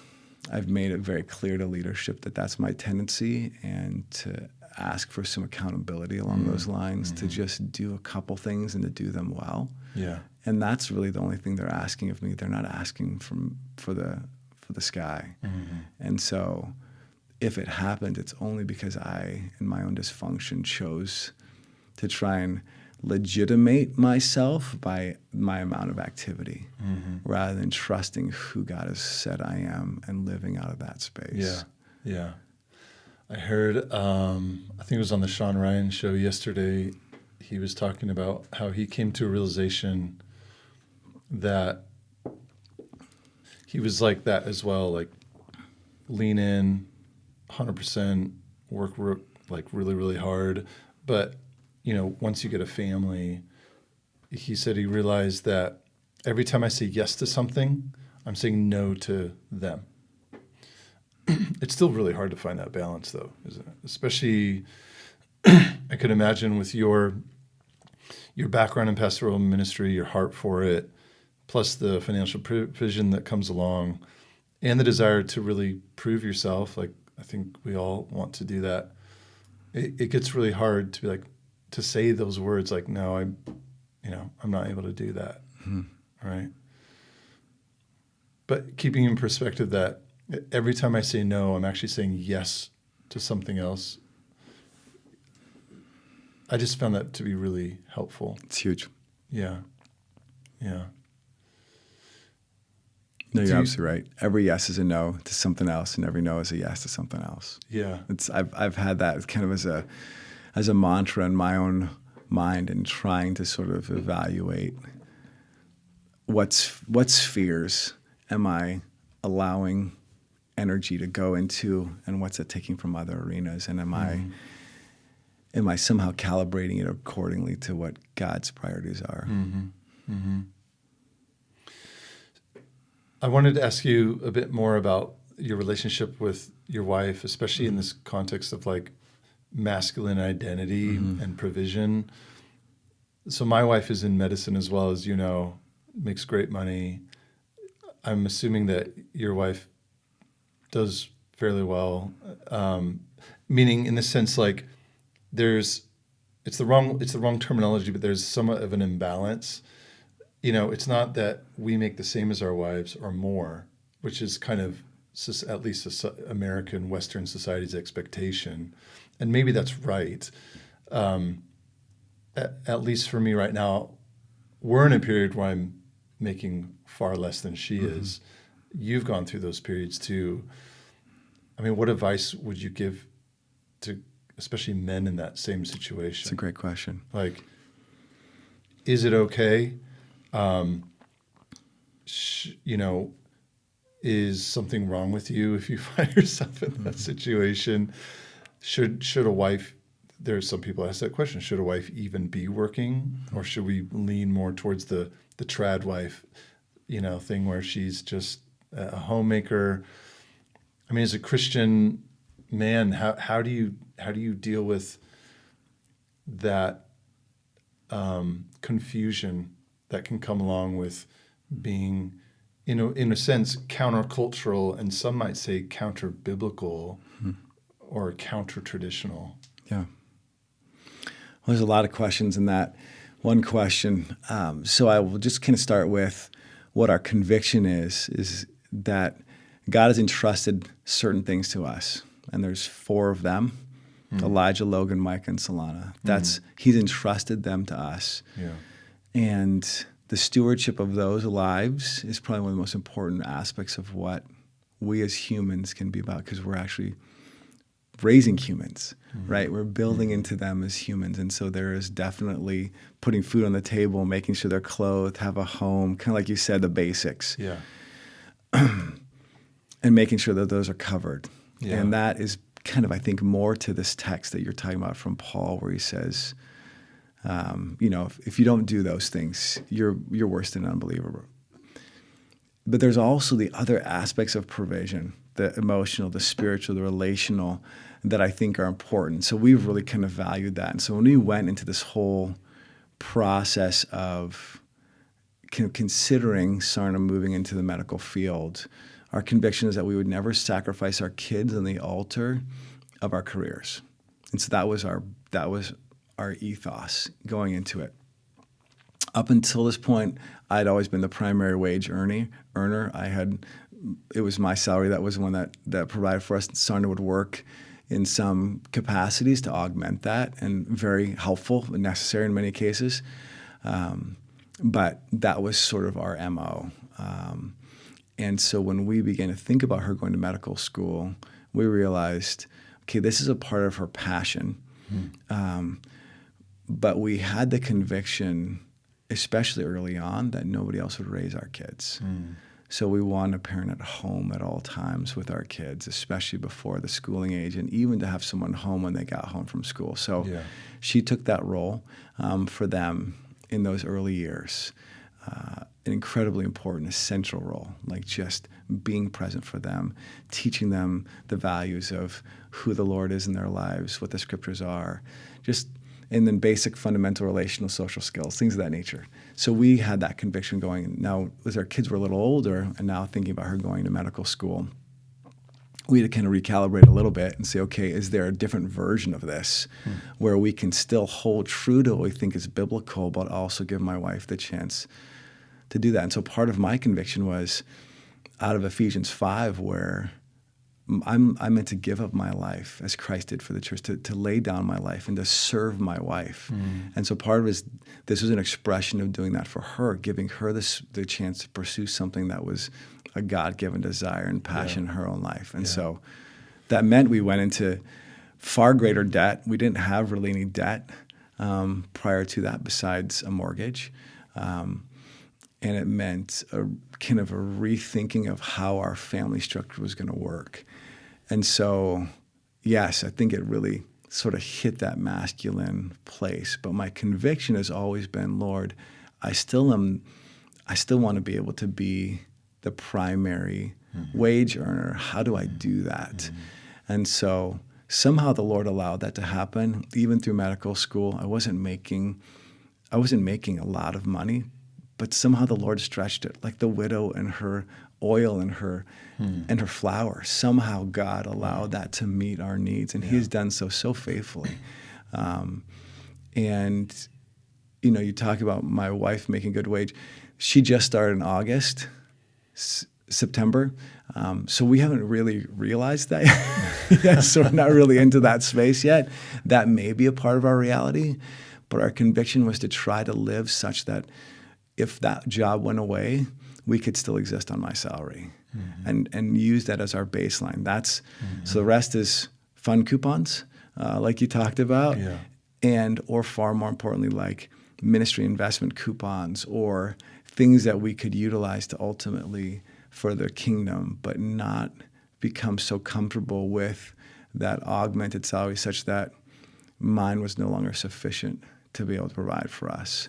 So we're still navigating that. It's messy, but we're seeing the Lord meet us there in the midst of it. So I don't think it's anti-biblical. It might look different traditionally speaking, and the fact that she is working as much as she is. I think we're at a place with our kids where there's less demand for them in some of those midday hours. But I still try to be home when they get home, or we still try to have a parent home when they're home, or pretty quickly thereafter. So I think part of it is just constantly bringing it to the Lord. Lord, you know what our desires are. Can you figure out how to make this happen? Because we're not smart enough to figure this out. Lord, I believe that this is right. I don't know how this works in this context, but I'm trusting you to make this happen, and I'm going to move forward as if you are going to. And so that's been kind of our walk through it. So this leaning on and dependence on the Lord, even though His direction is not typically an audible voice or a letter in the mail. Right. It's a hard place to be. It is.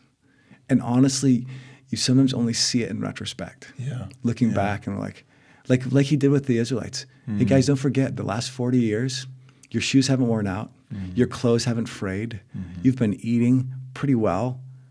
Just in case you forgot that. And they look down at their shoes, you're like, oh right, I haven't been to the Nike outlet and in 40, in some ways, it's sometimes that ability to look back and see the faithfulness of God and his fingerprints all over it that you don't necessarily see in the moment. So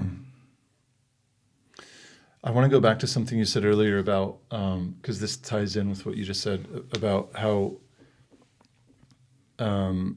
it's so easy once the Lord brings you out of one of these valleys to remember what it was like. And you used the example of sitting with someone who's recently lost a loved one and wanting to be there for them, but you can't really. And there's sometimes people who, and they've even gone through it themselves, the loss of a job, the loss of a loved one, and then they find out a friend of theirs or a relative is now going through something similar. And it's like, it's almost like I don't want to be around that. yeah, Like, and maybe it's a personal thing where they don't want to feel those feelings anymore because it's so painful. But I can recall some months ago being in our kitchen and thinking intentionally about this of like, Lord, this is so hard. Help me not to forget. yeah, And it was a weird prayer because I'd never really been thinking that way. It was like, help me get out of this. And now it was like, this is so painful. I hope I never forget how painful this is. Because I know at some point in the future, a friend of mine or a relative or a brother or a sister is going to come and be like, yeah, I just lost my job. And I'm like, oh, I'm so sorry. Can I pray for you? Like, oh my gosh. Like how petty that response can seem and appear. And I don't know, it's caused me to think like how in the future, and I don't even see that future yet because I'm still in that valley, but how in the future can I actually make that person feel like, man, this person really cares about me. And they know what I've been through. And because of that, I'm comforted in some way. So I still hope that. I hope that I don't forget. Yeah. I think that's the exact prayer the Lord loves. Because the prayer of help me forget is exactly the prayer that says, I don't actually believe you're working here. I don't think you're actually doing something. I just have got to get out of this. But Jesus gave us his body and his blood to say, remember. And what is it we're remembering? Well, it's his sacrifice. It's what he gave up, right? And so in essence, your prayer to say, help me remember, is almost a Eucharistic moment, right? There is this sense to which the suffering is actually forming me.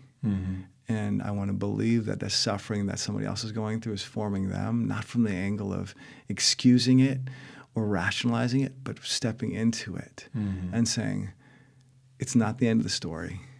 Yeah. God is here. I am here. Yeah. And you're not alone. Yeah. Because sometimes that's the hardest part about being unemployed is you just feel so freaking alone.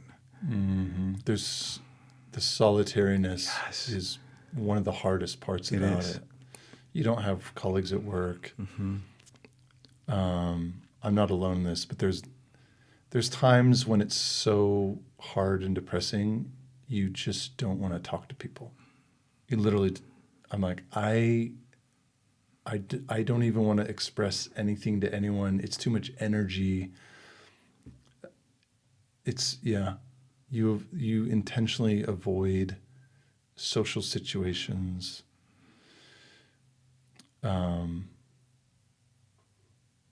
Shoot, I was going to ask you something. But see, and the thing I've watched you, Tavis, is you've engaged so well in social situations. I mean, we've been over to your house several times where It's you've a been... facade.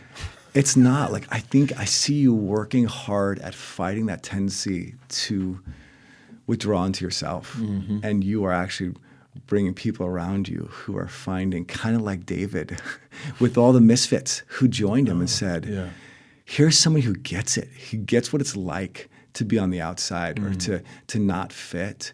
And those men, when Absalom comes to invade Jerusalem, those are the men that leave with him because they had walked with him through his suffering. And they're like, we didn't follow you when you became king, we'd get all the rewards that came with it. We followed you because you knew what it was like. And we're going to follow you regardless whether you're sitting on a throne or in a tent in the wilderness. We're here. Yeah.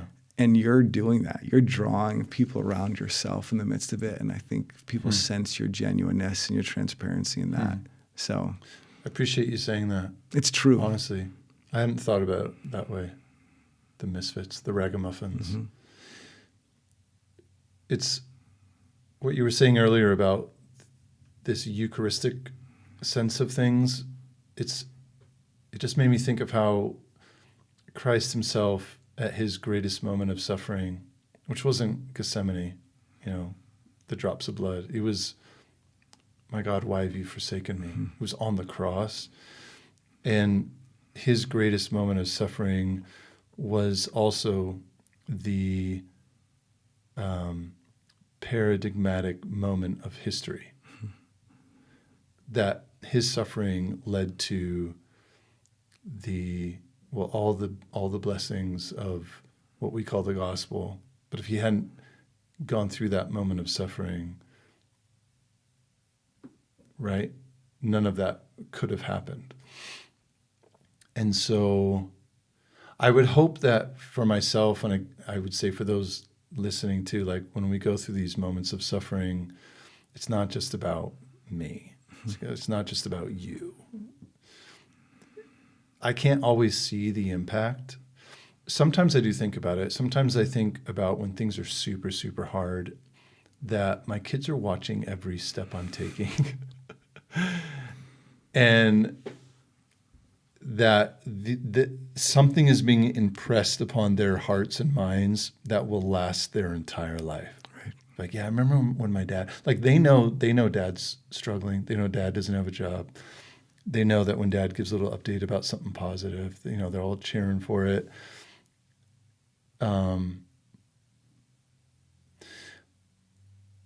mean, it was different when I was growing up because my dad is an amazing, generous Christian man, but man, he worked a lot. Like we didn't see him much, and he also didn't. He's from that previous generation that wasn't very articulate about emotions and feelings. So when things were really hard for him, I didn't know. Because a lot of times he wasn't there, and if he wasn't talking about those things. I'm very different. Like there was a day recently when Hannah got in the car after practice or something, and I don't remember. Kids aren't usually very good about being like, "Hey, Dad, how's it going?" You kind of have to train them into that. And however it came about, I just was like, "Yeah, Dad is really, really sad. I'm really, really sad right now. Just want you to know that. Like, it's nothing to do with you. I love you, but that's just why I'm kind of down, And so I want my kids to know that stuff. I want them to know how I'm feeling and how I'm doing, because I want them to know, like, it's not just okay to have emotions and to have feelings of both joy and sorrow, but that's what being human is. Right. And if we truly believe that Jesus Christ, the only Son of, like, the God the Father, truly has a human nature, is, he experienced all those things too. Right. Like, he wasn't just the God-man who had the shell of humanity upon him. He had a human nature, and that makes him in every way like us without sin. And so there's times I've articulated that to the kids as like, well, that's why you can talk to him about these very deep emotional things you're going through, because he understands, like he knows, he's experienced these emotions, and he loves you. Mm-hmm. He doesn't judge you for being sad or angry or any other, I guess we would call it like negative emotion. Yeah, so there's two thoughts I have in regard to what you're saying. One is you're training your kids to know how to handle suffering, because we know well enough that they're going to hit it, and as much as we want them to avoid it and find ways around it, there is no other path of maturity than facing suffering. It's part of God's curriculum for us. Yeah. So you're giving them a bit of a roadmap through that. And that's an important part of it, because most of us didn't have that. Because when people aren't transparent about their own suffering, you don't really know how they're handling it. And so you're kind of left on your own to figure it out. And most often we'll just sort of flail around until someone else walks alongside us and we can kind of get our bearings. The second thought too is kind of along this Eucharistic element of where Paul talks about sharing in the sufferings of Christ and even filling up the measure of the sufferings of Christ, which always baffled me. Like, was Christ's suffering not sufficient? And I don't think that's what Paul's talking about. I think he's talking about because we are the body of Christ, we are invited into that space of suffering, and we encounter what our Lord did, not from the angle of completing it, but as his body, we are experiencing it so we understand more fully what he went through and know how much he understands what we go through. And there's a beauty in that space that you can't get any other way. If there was another way, God would do it. Yeah, that's right. That's right. It was at Crossroads months ago that I think it was definitely Pastor Rudd. He actually mentioned, he said the phrase, a theology of suffering within the context of one of his sermons. It was beautiful, because I'm not used to hearing that as a lifelong Protestant about suffering. Right. And it's actually the thing that's led me towards engaging deeply with Catholic theology, is suffering is at the root of that theological system. I mean, it's the difference between a theology of incarnation in the Catholic side and a theology of the cross. And there's more that could be said about that. But to hear Rod say that from the pulpit in a non-denominational evangelical church, I'm like, oh, hold on a minute. Like, we just don't talk about that. We don't. That's not a part of our theological ecosystem in Protestantism. Now, there are moments it has been, but I'm talking, of course, about our current moment in church history. It's like, no, we don't talk about suffering. We talk about how to get out of it, Right. Which is different. Acknowledging suffering is different than talking about what you do about it. And this is a very coarse generalization, but I have found within the Catholic understanding of theology, of suffering, and I would say maybe more like non-evangelical contexts, not just Catholicism, there's a much stronger sense that suffering that's what we do. It's normative. It's not just normative; it's expected, they go beyond that to it's welcomed. You welcome suffering. It's what adheres you that much closer to, as you say, as Paul says, like we say it again, we fill up the sufferings of Christ, right? So your process of sanctification requires suffering, and that's why you welcome it. Whereas in evangelicalism, broadly speaking, it's like we have to avoid suffering. And here's what the Bible teaches you about how to get out of your suffering and be happy again, or joyful, whatever term you want to use. and I would say that it wouldn't have been without this current and even previous moments of suffering. I would not have been led in that direction towards, I wouldn't say yet I'm at the point of like yearning for suffering, but welcoming it is different than longing for it. Yeah. Like we don't want to be masochists, but at the same time, I think we want to understand that a theology of suffering is, it's inherent in being a Christian. And yet it is also something we actively try to avoid. And I was thinking about in John 9, where the disciples go to Jesus and say, hey, who sinned, this man or his parents, that he would be born blind? And so even in the Jewish mindset, who I think are much more accustomed to suffering, we still want to find a reason for it, because if we find a reason for it, then there's a way we can potentially avoid it, right?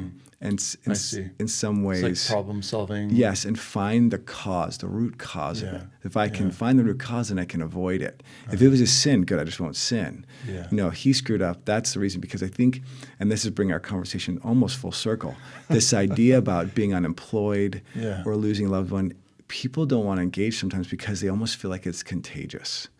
Like, if I spend too much time with someone who's employed, I might become unemployed myself. And then that sorrow, that suffering will be mine. And I'm not sure I want to catch that kind of disease. And I think that's at the core of what the disciples asked Jesus. Like, how do we not catch that? Because I don't want to be blind. And Jesus' response is so beautiful. You fundamentally don't understand the nature of suffering, because at the heart of suffering is the glory of God. And now watch it. And so there's this sense to which, in some ways, Jesus is saying the suffering of humanity puts on display the glory of God when we submit to his will in the midst of it. And that changes the whole nature of the conversation. It's not necessarily a contagion I want, but it's not one that I'm afraid of, because I know there is a deeper purpose in a work that's being done. Now, not one that I can actively get out on my own or should seek out, which kind of speaks to this whole concept of how Christians often respond to people in suffering, where they say, God causes all things to work together for good to those who love God and those who are called according to purpose, where they weaponize Romans 8:28. And I realize, as I was listening to kind of that response, is that text should never be told by someone to someone in suffering. It can only be said by the person who is in suffering themselves, who genuinely understands, God, this is part of your redemptive, sanctifying plan in my life, and I will submit to it because I trust you. That's the only time that I think that verse can be used in relationship with people who are in the midst of suffering, when that person who's suffering comes to a deep acknowledgement of God's sovereignty in the midst of their pain. Yeah. I'd never thought about it that way. I think there's a good place to stop. Thank you. I'm going to have you back on. Great. I love it. We had so much fun. When you're local, I'll just have you down here all the time. Come on. Thanks for coming by, Brent. Thanks, Tavis. What a gift. What a fun opportunity to hear some of You're your a gift story. to me. You definitely are, man. It's our few conversations over the past, 2 years now? Yeah, have been buoys amidst the tempest, for sure. Thanks. Yeah. It's definitely reciprocated. I've loved sharing life with someone who is going through it in very similar patterns. Yeah. Yeah. Good. So, Do it again. All right. Thanks, brother. Thank you.